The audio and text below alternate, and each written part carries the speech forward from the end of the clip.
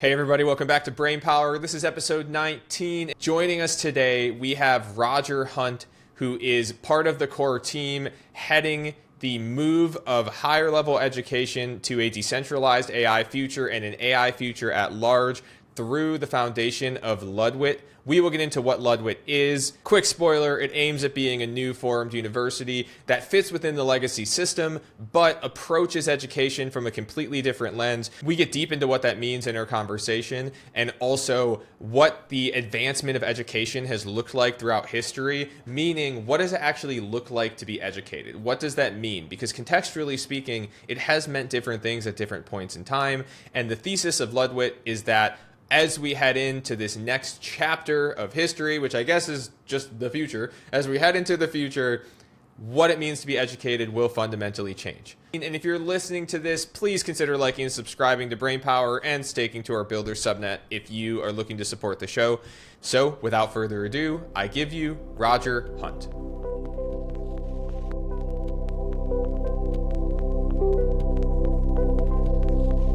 I'm trying to free your mind, but I can only show you the door. You're the one that has to walk through it, through it, through it, through it. You're listening to Brain Power. Hey everybody, welcome back. This is episode 19 of Brain Power. I appreciate you joining us as always. Today we have Roger Hunt from Ludwitt, which is a builder subnet in the Morpheus ecosystem, joining the show to talk all things Ludwitt, decentralized AI with regard to levels of education and educational institutions. And we will dive into everything from there. So, Roger, thank you for joining the show, man. Sure, Bo. This is great. Love the We've show.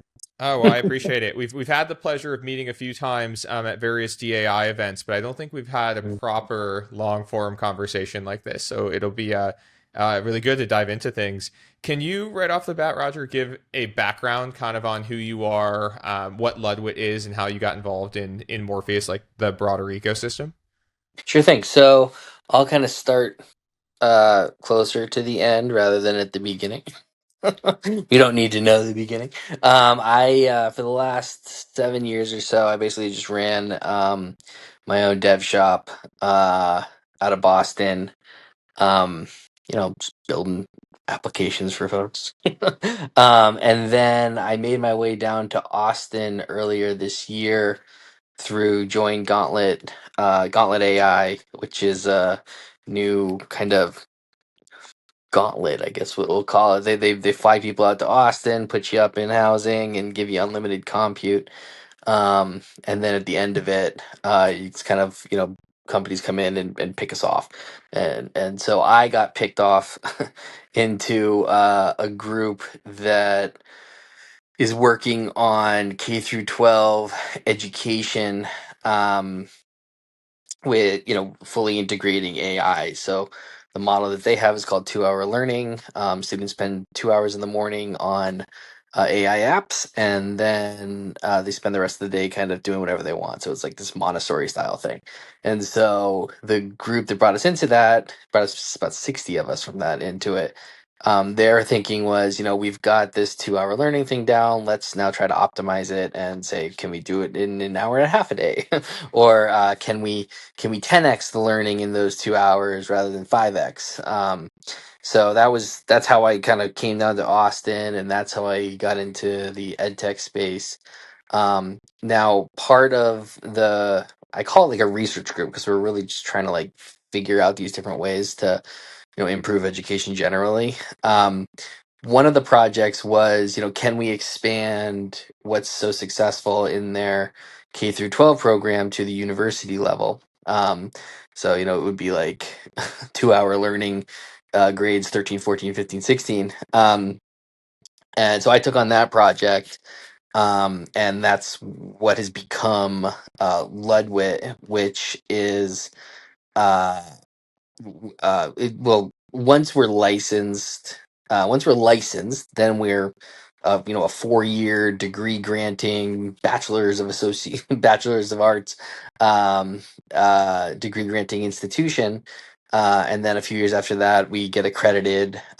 These processes just takes time, and you have to go through a lot of validation. So in the United States, there's a really high bar to like meet the standard to be like a college or university, and so we're going through that rigorous process.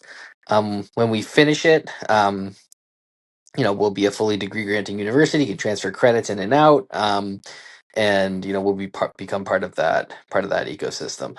Um, so I got pulled into the project in March, so we're a couple months into it, and things are moving really fast and really crazy. So it's a heck of a ride. I will say, the idea of starting a university.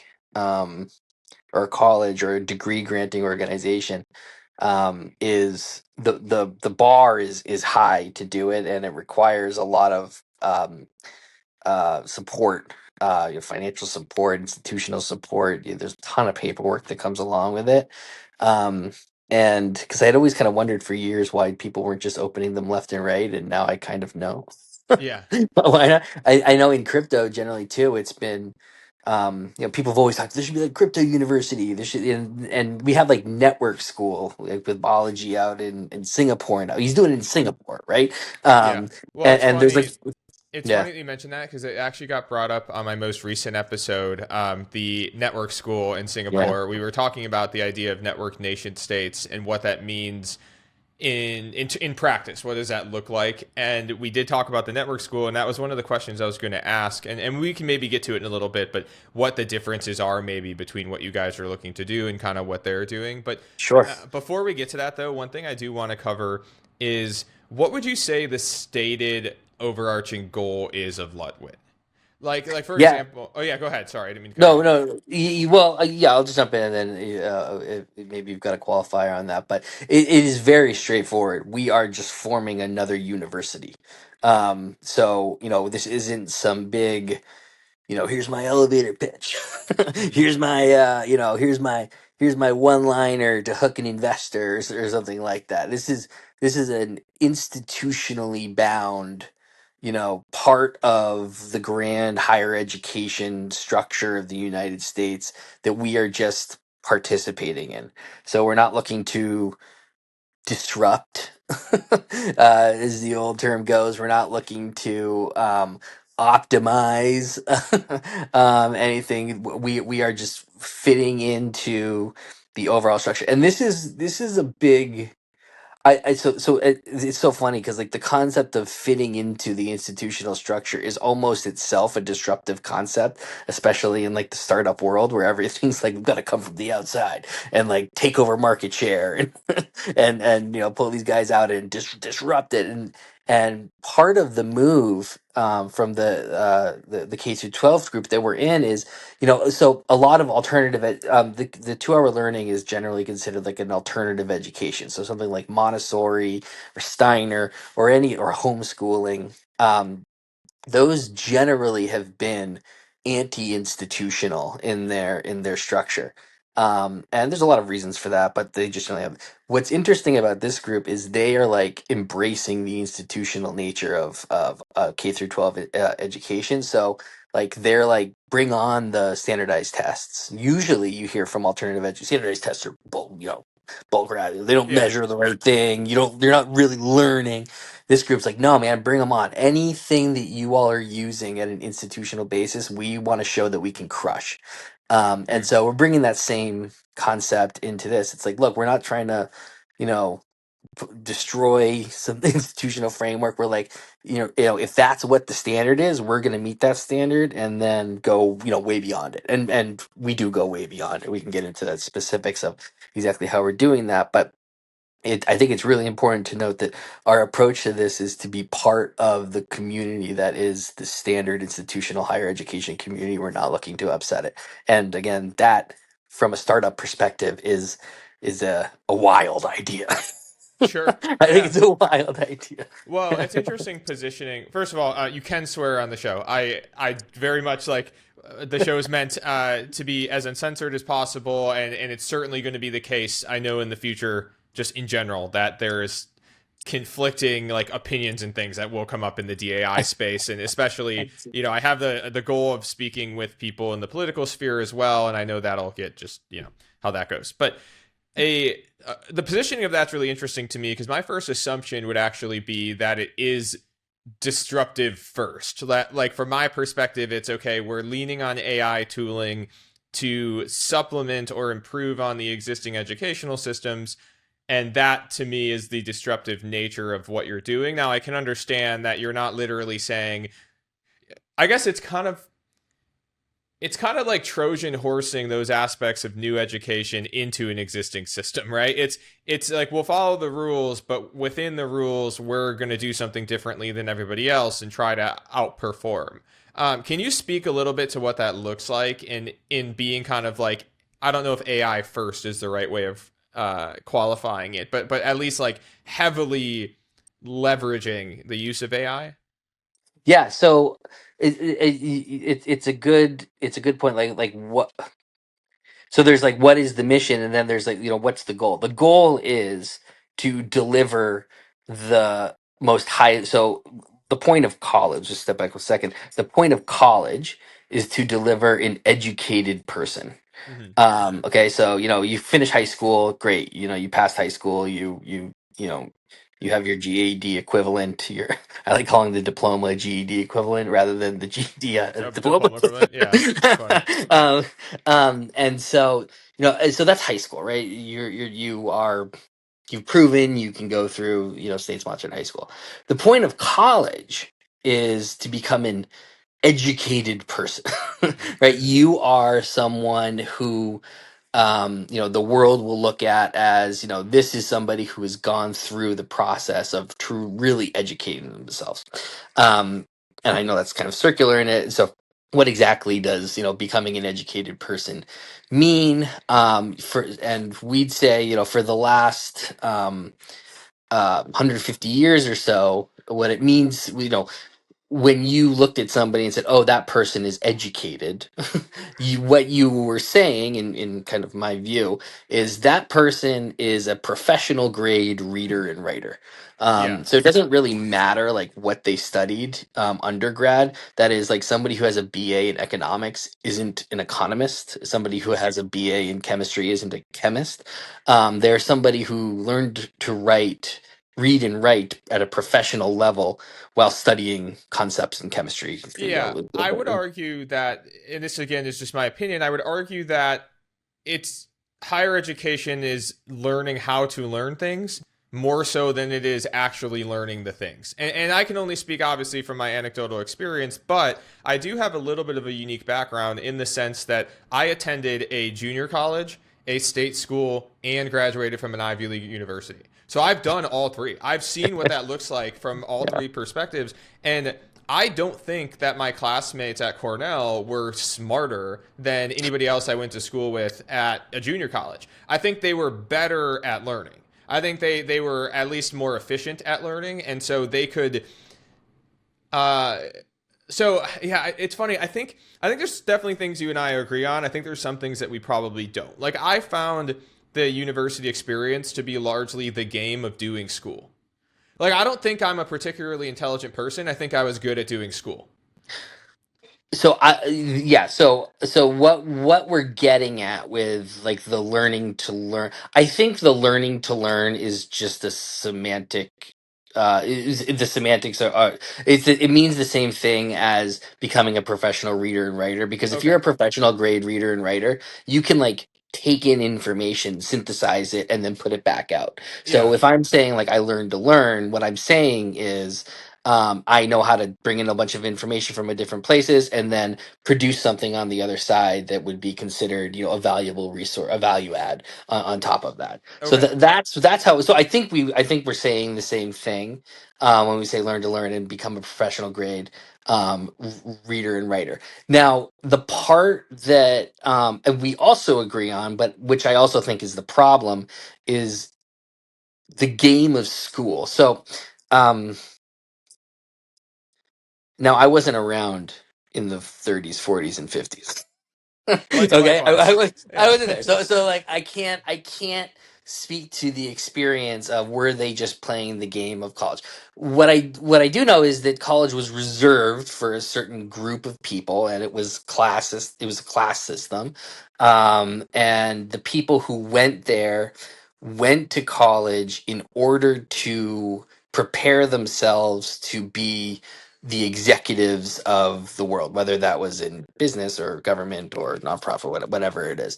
You went there to kind of like get the the skills you needed to be able to execute out in the world at an executive level, in a lead, in kind of a leadership role. Um, with the expansion, I'm not against the expansion to college to everybody through loan systems, and just trying to get like the idea of having everybody go to college I think it's a great idea. But the unintended consequence of that is you have now spread the pool of people across it. The competition to be able to get through and shine out of it is so much stronger, which then inadvertently invites in this gamified concept. And we're now at like a I would almost call it like a post educated world where the game, like you're saying, and we used to use SAT scores with trying to even get into college. Mhm. The entire thing has become a game. It's not about becoming an educated person. And in fact, a lot of people who come out of college right now, you hear it all the time. I talked to this person from college and they sounded like a dork or a jerk or something. Sure.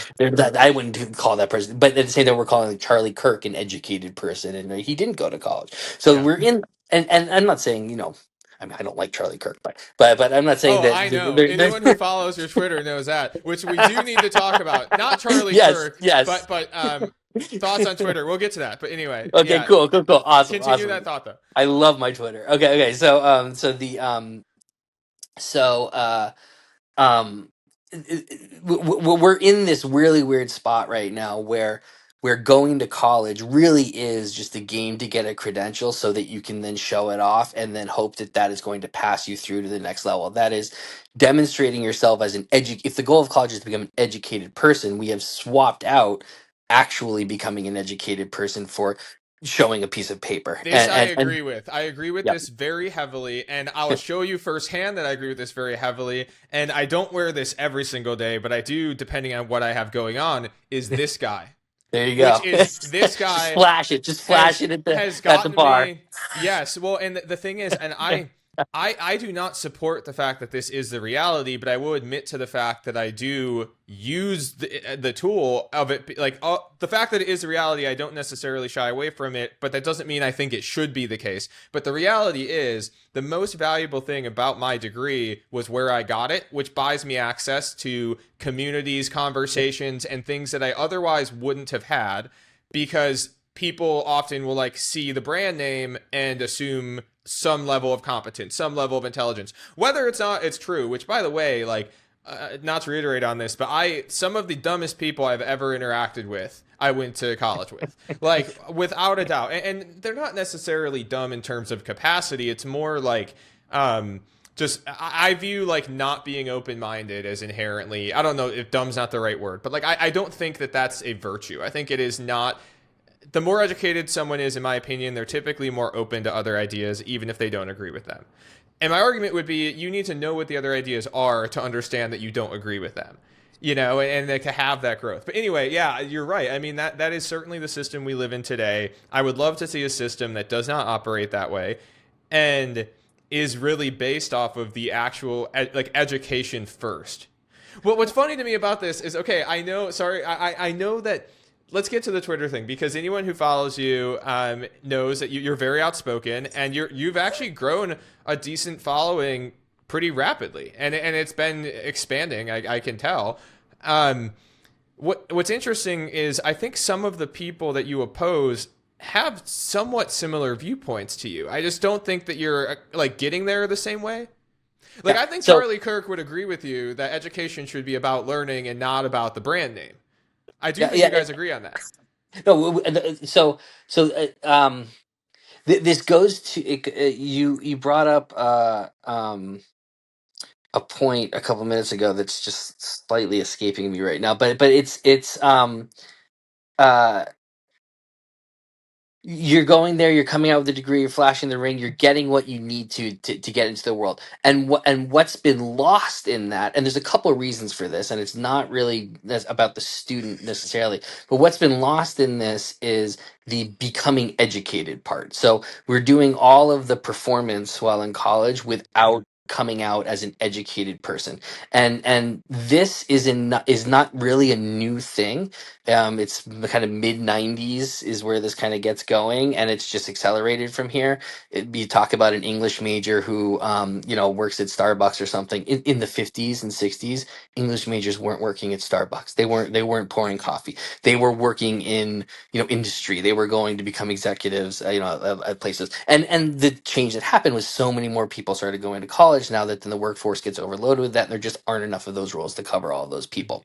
And so uh there's that, there's the breadth of competition, but then there's also just a completely changing economy. So you get to the 2000s, and you start to see, and this is the thesis of Ludwitt, by the way, you start to see that professional grade reading and writing, it isn't enough. So it's not in the 50s and 60s. You needed that. Your boss would say, hey, I need somebody who's a professional grade reader to read this report from the government that's really important to our business. I don't have time to do it. Yeah.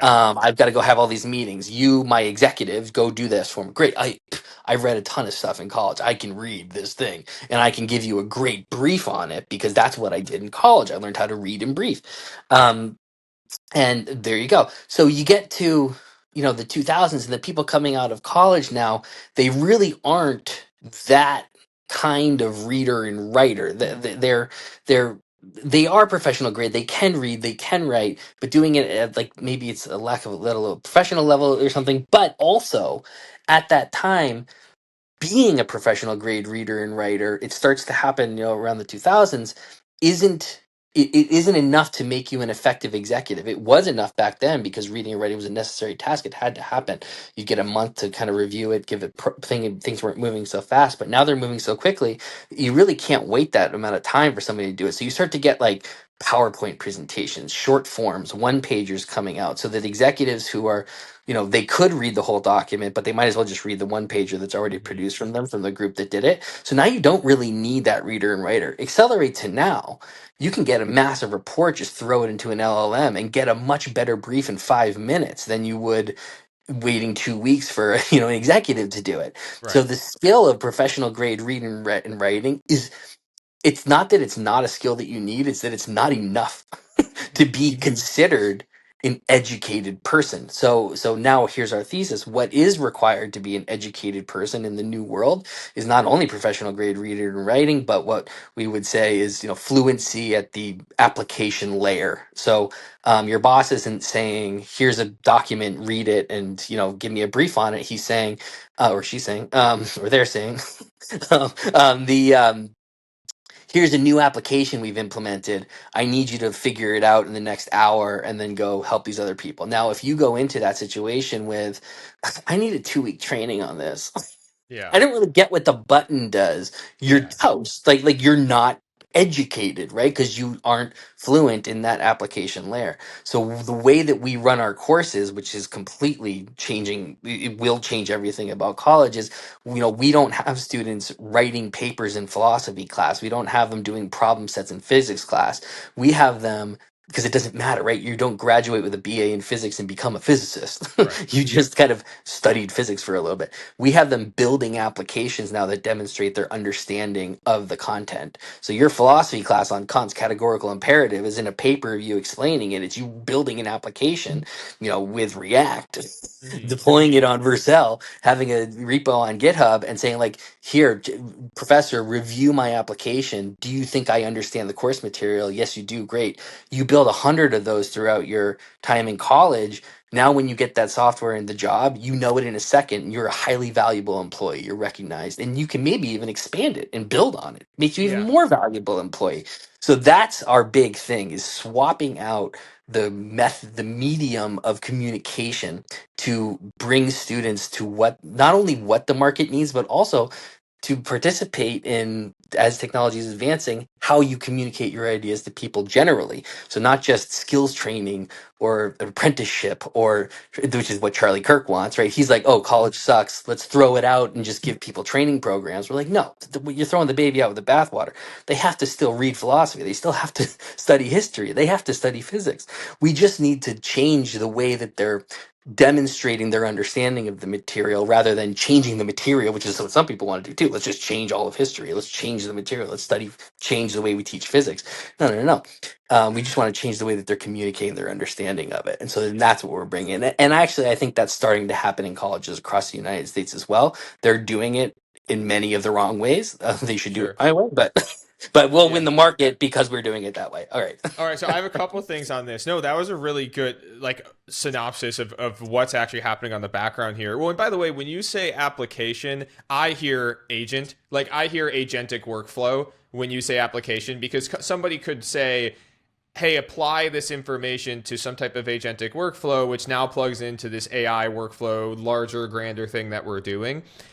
And also, it made me think when we talk about measuring knowledge, like you were saying before, you're not coming out to build a different type of institution structurally. You're trying to fit within the existing system, but then improve upon what's under the hood of that.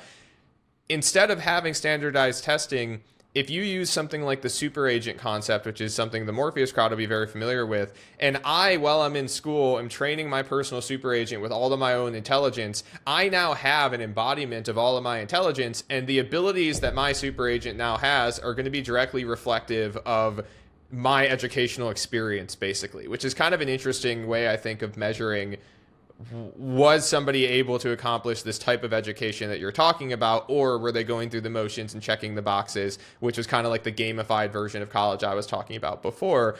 Another thought that I had on this was when you were talking about the differences between some of these positions on like needing education or not. I don't think most people, even on the extreme ends of either spectrum politically, I don't think that most people want less education. I think it's a pushback on the structures of the institutions. So, for example, if there was some way to make college, like higher education, free, but it wasn't, let's say it wasn't on the back of the taxpayer. Let's say that somehow we have some other mechanism that's allowing education to exist. I don't think people would be advocating for that not to happen. But I do think that the institutions and how it's happening is largely broken. And I would argue, I'm not trying to steel man Charlie Kirk here. I wish I could be like a moderator for a conversation between you guys, because I think these perspectives are interesting. But the idea that I'm trying to get to here is I think that approach of looking at the world and saying, okay, less people should go to college because they end up in this like poor financial situation and they're not studying something productive in the marketplace, blah, blah, blah, blah, is very similar to like the Dave Ramsey approach of investing. Who are you familiar with Dave Ramsey?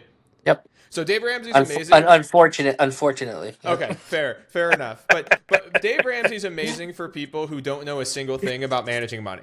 He's really great. If somebody's basically two options are follow this very specific playbook and I will at least not mess my life up financially, Yeah. like Okay. that's the person that he's great for. He's not great for the person that is going to do the research, because anybody who will realize that like all debt is not bad. You can have positive leverage. You can expand things through the use of leverage and all of these things, which I'm sure he does in his own business, by the way. But he preaches people question. against it. And so I would say that this currently like politically right approach to education is similar in the sense where they're saying, I don't think they're really saying don't be educated. I think they're saying don't blow your life up with debt in an institution, and don't try to buy a brand that won't actually help you in the market. To the agent point. So the uh becoming fluent at the application layer is a requirement to be able to interact with the agentic Got layer. it. So I would say like like we have a course called AI Expose 20. Mm-hmm. It's the first class everybody takes. It's how do you push to GitHub? How do Yeah. you use cursor? How do you deploy to Vercel? Okay, the basics. How do you in writing? How do you? What's a sentence? Mm-hmm. What's a paragraph? Sure. Right? What's a 5-paragraph essay? That we have that course. And that gets you to the point where you can deploy applications, right? You can do the basics of the work. Now, as you get better and better and better, the more things open up. So maybe the 301 and the 401 course is orchestrating agentic networks. That's actually how we do have it set up too, is we want people to start to understand that. So, we're not, so, and now one way to approach this as well is to say, let's just skip all that other stuff, right? And let's just throw them right into using N8N or something like that to, use an application to do agentic networks. And we'd be like, no, you need to, you need, in order to be an educated person, you need to understand what's going under the hood, right? There's somebody who's just typing stuff into ChatGPT. It's like, I'm an AI user, right? I'm an AI power user. No, you're just typing stuff into ChatGPT. You don't Yeah. understand how it works under the hood. You don't really know what's going on. You can't go beyond that whatsoever. Yeah. So, that's part of the institutional concept that I'm talking about too, is not just throwing a skill or a credential or a certification at somebody. It's like really going through the process to understand. Now, there's tons of other layers. So, in the OSI, there's the application level layer, there's the data layer, there's the network layer, there's 7 different layers in this whole thing. There's a hardware layer. We're not saying you have to go all the way down to the hardware layer. That might be if you're going to graduate school, or if you really Sure. do want to specialize it, do 401 classes in the hardware layer. Fine. Hmm. Enjoy yourself. Specialize in whatever you want to specialize. Want to read philosophy? Great. If you want to do hardware, go do hardware. But in order to meet that requirement of being educated, you have to have that OSI. It's called the OSI model.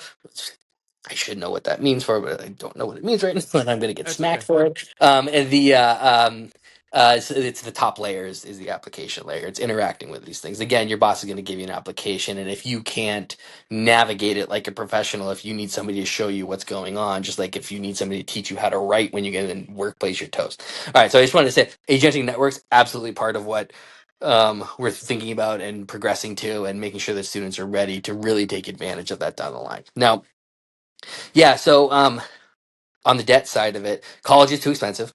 The government shouldn't be on the hook for as much as it's on the hook for it's doing it. That was a big mistake. It blew up like crazy in our faces. It was a disaster. We all agree on that. Um, the big beautiful bill, as much as of many of the things I don't like about it, one thing I do like about it is it does cap undergraduate borrowing at $50,000. Hmm. So we have priced the 4-year degree that we're doing at $65,000. Yeah. Borrow 50, pay 15 over 4 years. Have Sure. a little job, do something like that. So we're trying to keep it in those. I don't think college should be free for everybody, because part of the motivational structure of going to college is the fact that you have paid something for it and feel Totally. responsible. You need skin And, in the and game. yeah, I yeah, think that that's true of like any system, whether it's education or something else. I think skin in the game straight up. is very important. Yeah, and so that's kind of where, again, I kind of agree with all those guys on that stuff. What I don't agree with them on is the idea that going to college in and of itself is like a mistake. So when Charlie Kirk, for example, goes to like debate college students in this like entirely power dynamic way where he has control over the entire, like, that doesn't demonstrate anything about the quality of a college education. But what that is telling young men coming up is that you should, you know, consider not going to college, which is like a massive disaster. In a grand political scheme, maybe he's not an agent of fascism like I call him on Twitter all the time, but let's suppose he might be, though. And one of the ways that you would execute a kind of totalitarian structure would be ensure the next generation coming up is not educated. The result of what he's doing is leading to that, where you're not going to Specifically. have people studying history. You're not going to have people studying philosophy, like really learning to think. You're just giving them a skill so that they can hop in and just do their job and go home and protect their family, or something like that, and Sure. not think about what's going on. That's how you bring it. There, I that was can a big. definitely. Well, there's a big statement right there. Yeah, I was going to say, I can definitely. So I can acknowledge the fact that if your end goal was what you described, that could be a strategy of helping you to get there. Now, I do not personally think anybody in actuality is pushing for that. I also don't think the left is pushing for this. I think, honestly, I don't really draw a line of delineation between the political parties. I think it's like a choose your own evil adventure book, basically, Mm. because the end goal is like relatively similar. It's more just who are the people that you're influencing to maintain power, basically. And like as we've seen over time, that can change. Like which group of people you're trying to target to win over the favor. One thing that I do think is interesting though, on especially on the side of college, is there have been really massive demographic shifts in college educated people. So you mentioned the 30s, 40s, and 50s. Now we know that women are going to college much more frequently than men. We know that they're Doing performing a lot better. better than men. Like, and pretty much every single metric that exists from an educational perspective, more minorities today are going to school than ever before. And there's no way of actually knowing this until it happens. But I suspect that the workplace in terms of demographics will look very different. Let's say we change nothing. Like, let's say we kept the system exactly how it's been for the last 20 years and then we project it 20 years forward. I do think the demographics of the workplace would look substantially different because of those facts. I think part of the reason that you don't have as much senior leadership that are women currently or minorities or both or whatever it is because we're seeing repercussions still of systems that happened 40 years ago, 50 years ago. And also people are working longer. I mean, shit, I've had a boss that was literally in his 70s before I worked for myself. And like, that's crazy. Why are you still working? I mean, whatever. If people want to work, they can do whatever they want. I actually don't care what people do I mean, I do care, but I'm not trying to dictate when someone needs to be not working. My point is though, that I do think some of these things are self-correcting is not the right word. Being corrected, but it takes time to play out. That doesn't mean that we shouldn't have further progress and changes. And I personally really like what you guys are doing. I remembered the analogy I was trying to make before, and hopefully this is a helpful analogy for people listening. Prior to writing stuff down, all knowledge was shared through storytelling. So basically what it meant to have an education was how like much storytelling can I memorize and then regurgitate to the next people. And But then, I'll go just ahead. say in there too. You know, in Rome, you didn't learn. Some people learned scribe. They were scribes. You know, inscribe things, write things down. But what you really, when you went to the academy, I should know the ludum. I should know what this is.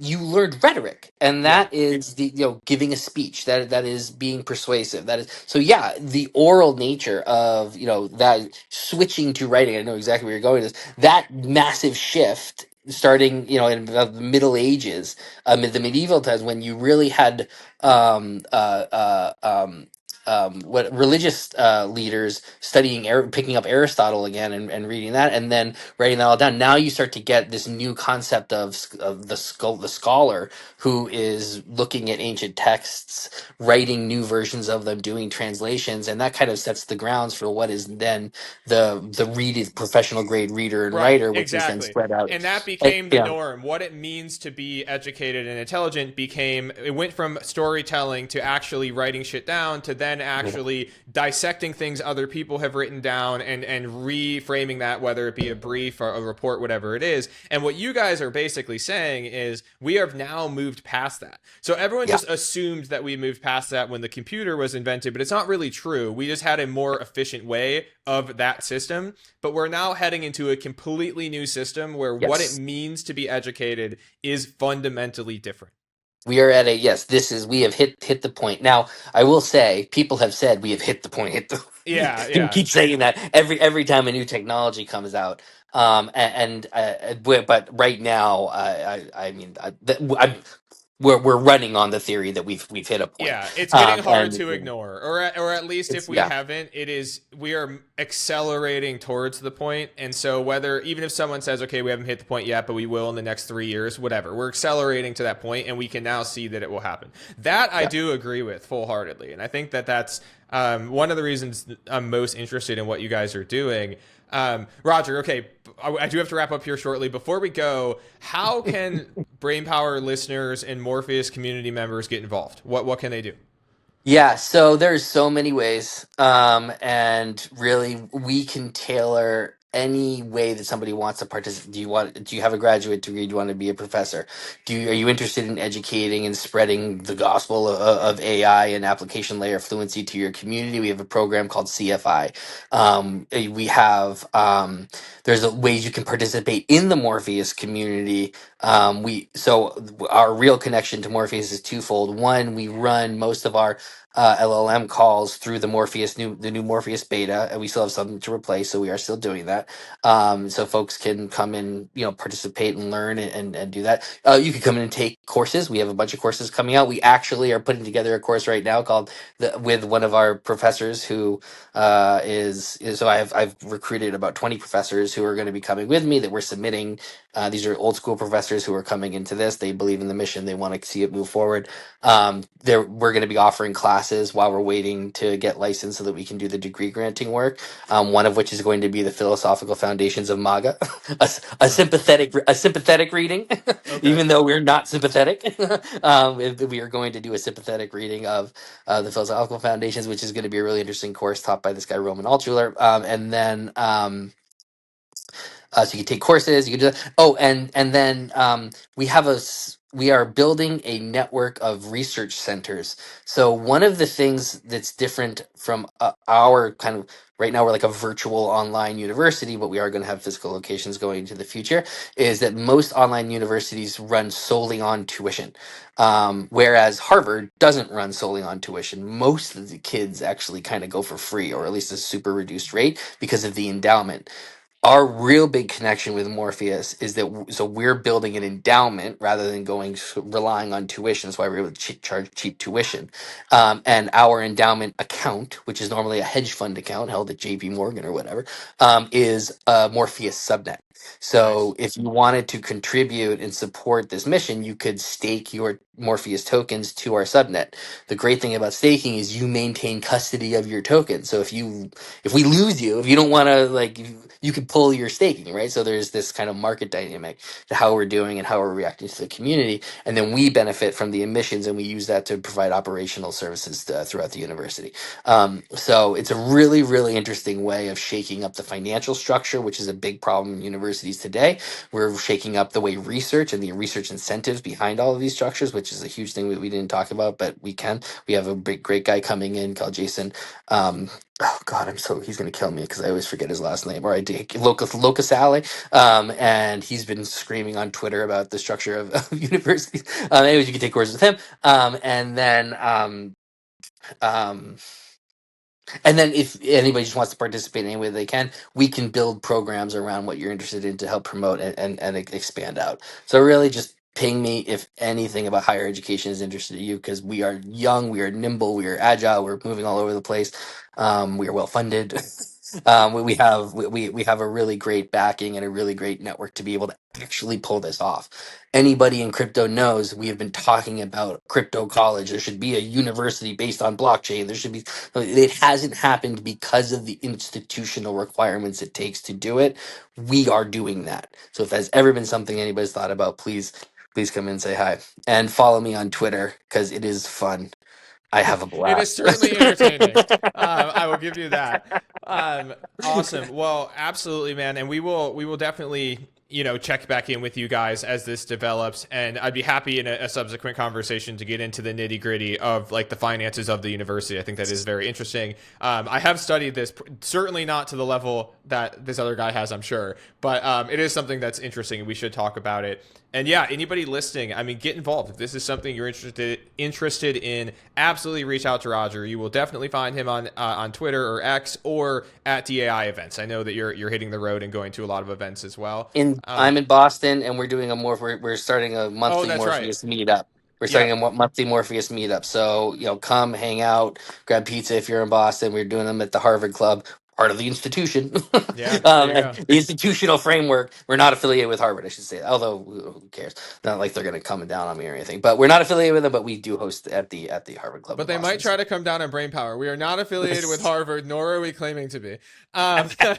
Or Cornell, unless or Cornell's playing with Cornell. you. No, or Cornell. Although Cornell, if you would like to stake to my subnet and be a sponsor of Brainpower, you are more than welcome. I would love to get back out to Ithaca sometime. But anyway, Roger, thanks for joining today, man. I really appreciate it. And yeah, I mean, keep fighting the good fight with education. I wish nothing but success for Ludwitt, and I think that the mission is a net positive for the educational space, and I do think that the AI learning through AI and that will fundamentally change pretty much everything about what it means to be educated and intellectual. So It's awesome. starting. It's just a question of how it's implemented, and we got the reins right now.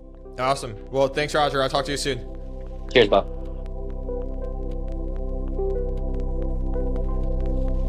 I'm trying to free your mind, but I can only show you the door. You're the one that has to walk through it, through it, through it, through it, through it. You're listening to Brainpower.